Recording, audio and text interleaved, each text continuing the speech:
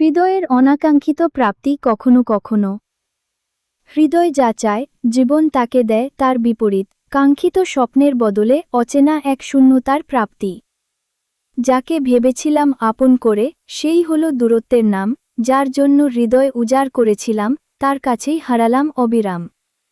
কিছু মানুষ আসে নীরব বৃষ্টির মতো, ভিজিয়ে দিয়ে চলে যায়, তাদের রেখে যাওয়া স্মৃতিগুলো অকারণে চোখে জল হয়ে ঝরে যায়।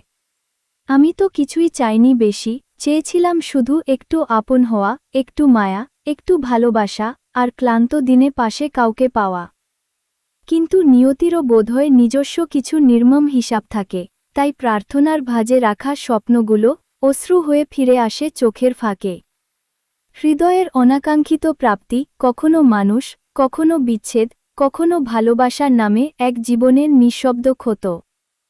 তবুও হৃদয়ে বেঁচে থাকে, অপূর্ণতার ভার বুকে নিয়ে, কারণ কিছু হারানো মানুষ চিরকাল থেকে যায় আমাদের হৃদয়ের গভীরতম কবিতা হয়ে।